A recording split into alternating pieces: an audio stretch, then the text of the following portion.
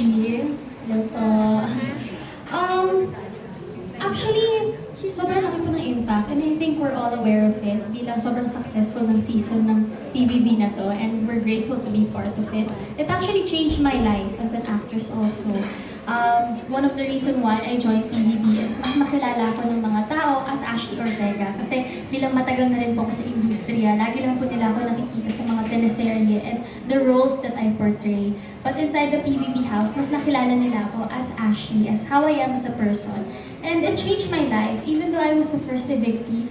So unexpectedly, sobrang daming blessings pong dumating sa buhay ko and I will always be grateful for that. Especially yung mga supporters ko at yung natanggap ko when I got evicted, I thought being the first evictee was like a huge embarrassment. Pero nung paglabas ko sa outside world, it was the other way around. As in, I was loved and supported by a lot of people. And then if it weren't for them, feeling ko, it wasn't easy for me to recover right away. But because of their warm welcome and their support, sobrang nagbago yung life ko. And even sa work ko ngayon, I'm so grateful sa mga brands who trusted me right now, sa mga endorsements na nakuha ko. I'm so grateful for them. Yes, lalo na yung Lux Slim, kasi Lux Slim was a huge brand inside Kuya's house. As in, meron talaga silang pwesto sa loob ng bahay ni Kuya. And unexpectedly, when I got evicted, they reached out on me right away. And now I'm part of the Lux Slim family. And I'm so grateful for that.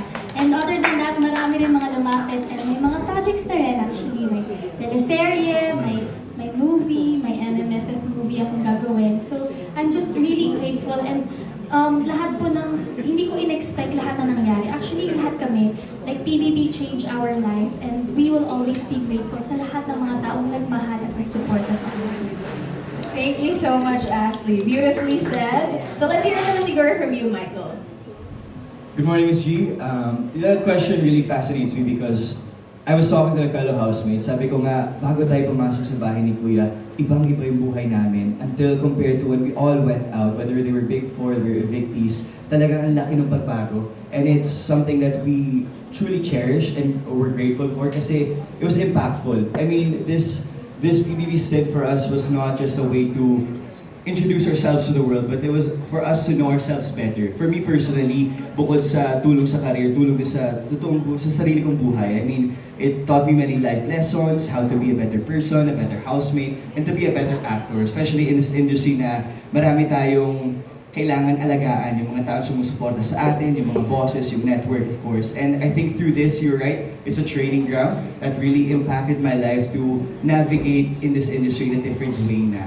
And I'm very thankful, of course, to Sparkle, to Miss Annette, Miss Joy Boswick for giving me the opportunity to enter this house. It was truly unexpected for me. It was a full circle moment kasi nga, the reason why I started showbiz was all because of PBB. And the impossible became possible, the two networks collaborating to create history. And I'm being part of that. I'm so thankful for it. And of course, ABS for allowing us, mga kapuso, to enter their ground, to enter that house, that very special house. It was meaningful. And yung pagbabago talaga, after nakikita ko yung name ko, nagte-trend. Sabi ko, shocks, for the first time in my life, may Michael Sager sa X. Sabi ko, wow! So kinilig lang ako doon ng site. And of course, yung mga fans are very supportive. May mga signs sila, may mga sintra, tawag doon. And nagugulat na ako sa TikTok rin, ang dami ko nakakita mga edits. So, it's so sweet lang and I feel like that's what I'm so thankful for, just seeing how people accepted, not just me, but all of us, in a way that they really enjoyed the season, they really supported us through thick and thin, and I'm so grateful for that. Kaya, to PBB, to GMA, and to ABS, maraming salamat. Wow, that was so beautiful. Tama nga, no? Just their presence here is groundbreaking in itself. Kasi nga, collab. Okay, but let's hear it naman from Dustin. Hi, Miss G. Good morning. And for me naman, I would say, before entering BBB, sabi ko nila, lagi ko sinasabi na bahala na. So, paglabas ko, sobrang unexpected na lahat kasi I wasn't expecting anything talaga from me, from what's gonna happen after BBB. But then, ngayon, napakaswerte ko kasi daming nagmamahal sa amin lahat. And for sure, hindi namin yun expect lahat. And masasabi ko lang, ang laki na natulong niya sa life ko talaga. Lalo na sa business ko, sa restaurant, sa Raya, kahit ganyan. So siya? Yes, tama yan. change your life and your restaurant's Yeah. life. Of course, sa career ko rin. Grabe, yung drive ko sa pag-arte, biglang umapoy. Sobrang iba eh. Kasi before, honestly, naghihintay lang ako for the right time. So, I believe now na ito na yung right time to do the work and to make efforts and ayun, hopefully mas madaming opportunities na dumating and for sure i-grab natin yun na. Yes, thank you so much, Justin. Dumating na ang right time. Let's hear it again from AZ. Sige, dire-diretso na lang tayo pag gano'n. Ex-housemate, sorry. Okay. Josh naman. Ayan, hello po. Good morning. Deep. Grabe! Hindi, okay. Ako, grabe. Super grateful ako sa PBB. As in, there's no words I parang hindi ko kaya explain paano ako thankful to PBB. Kasi inuwi ko talaga dito yung pangarap ko. I was in the UK for 7 years. Umuwi ako ng 2020 to come here and that's my career. And You can switch your mic, yes. Para marinig naman namin yung medyo British accent mo para natitira. Yes, and okay. ito, ganito mic na. Hello po, ulit. Ayan, siguro sa akin, sobrang thankful ako, grateful for PBB. Kasi ngayon nakikilala na ako. Ngayon nakikita na ako. Kaya I'm really, really thankful. Kasi ang tagal ko na rin po sa industriyang ito and dami ko na rin nagawa. Pero sa lahat ng ginagawa ko, hindi pa rin ako nakikilala. Kaya because of BBB, now people see me. Now people appreciate me for me, which is really nice. And kasi nasa labas ako, nagugulat ako whenever I'm in the mall or in the road. Everyone's gonna be like, uy, si Josh, oh. Si Josh for BBB. Kaya natutuwa ako na nakikilala na nila ako sa pangalan ko, hindi lang sa pangalan ng character ko. And of course, I'm so thankful for GMA, for accepting me back. Kasi 2016 I signed, and then umulis ako bigla all of a sudden. And now I came back and they still wanted me. Kaya maraming salamat po for letting me be here. Kasi gusto ko talaga ipakita yung sarili ko sa mundong ito. And be an inspiration to others na kahit anong mangyari sa buhay mo, everything happens for a reason at andito tayo lahat for a purpose. So, yeah. Thank you, GMA. Thank you, guys, for being here.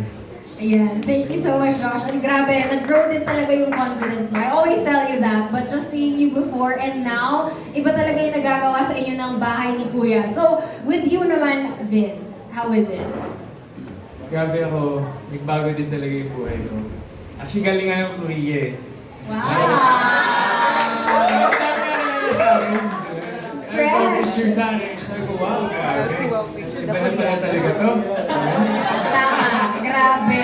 Kaya naman street food. Doon mo na-realize. Doon ko na-realize. Pero, ewan ko, sobrang grateful lang talaga ako sa journey ko. Sa bahay ni Kuya. It challenged me. It pushed me out of my comfort zone. Mas nakilala ko yung sarili ko. Mas nakilala ko yung mga housemates. Para sa akin, madaming opportunities talaga na dumadating sa buhay namin ngayon. At siguro ito din yung opportunity na gumawa ka din ng sarili mong opportunity para sa sarili mo. Kasi sa mga na-realize ko paglabas ko ng bahay ni Kuya, at wala, ako, moment by moment lang talaga ako. Like, kung ano yung dumating, ginagrab ko lang din talaga yung mga opportunities. And thankful lang talaga ako sa lahat ng nangyayari sa akin. Kaya sobrang thankful ako sa GMA, sa Sparkle, kila Miss Joy, and kila Miss Emily. But that's also good kasi sobrang parang inanamnam nyo lang. Kasi medyo fresh pa rin talaga eh, di ba? So thank you so much, Vince. Ang fun naman ng kwento mo tungkol sa Korea. So ito, Shuvi? Yes? Kung pwede kang makausap, ikaw naman, anong mga nagbago sa life mo? Kahit medyo alam na namin yung mga ibang ganap. Yes, hello everybody. Ano yung question? Yung mga, yes, nagbago sa life nyo. Sobra.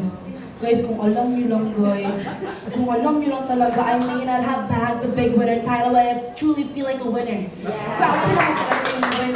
Grabe talaga, hindi ko po alam na kami ni Ate Klang ay mamahalin sa outside world. The moment I went out, opened the doors of PBB, hindi ko po alam na mayroon na akong guys yung sa, headband, yung mukha ko, tapos yung mga pangit ko na mukha na mga ganun-ganun. At tapos yung mga tarpaulin, syempre hindi mo yun aasahan. Akala ko 10 years after ko pa yun makikita. Pero napabilis dahil sa PBB. Kaya naman sobrang thankful. Of course, nagkaroon ako ng core, pangkat Shuvi, lahat po ng sumusuporta sa akin. Dahil po sa inyo, maraming salamat dahil nandito po ako because of you guys. And sobrang dami pong brands na ano sabihin? Too many to mention, yes. Sumusuporta. Nag-viral po lang yung TDH. Alam mo yung sa loob po kasi hindi nyo po aasahan na hindi nyo po alam kung ano po yung nangyayari sa labas. So, hindi namin alam kung mahal ba kami ng tao, kung hala, grabe na pala ang bash sa amin. So, hindi ko alam, viral na pala yung TDH. Ang dami po nangyari and until now, hindi ko po natatapos panoorin lahat ng videos na edits po nila. I'm just really grateful na Sparkle, Miss Joy, and opened the doors for me. And now, kilala na ako ng tao, hindi lang as si Shuvi na nag-host, Shuvi, etrata talaga na island ate ng Cebu na go-getter. Palaging nandiyan sa pamilya. Nakilala po ako and I stayed true to myself and that's because of my housemates po. Tinulungan po nila ako mag-acclimate po sa loob ng bahay. Kaya naman, tapusin na natin ito kasi ang dami kong sinasabi ba. And that's all for today. Thank you. Thank you so much. And second question, parang jump back na. Yung kwentuhan dahil kay Shuvi. De, joke lang. Marami pa to, don't worry. Thank you so much, housemates. So, tuloy naman natin this time. The questions will be coming from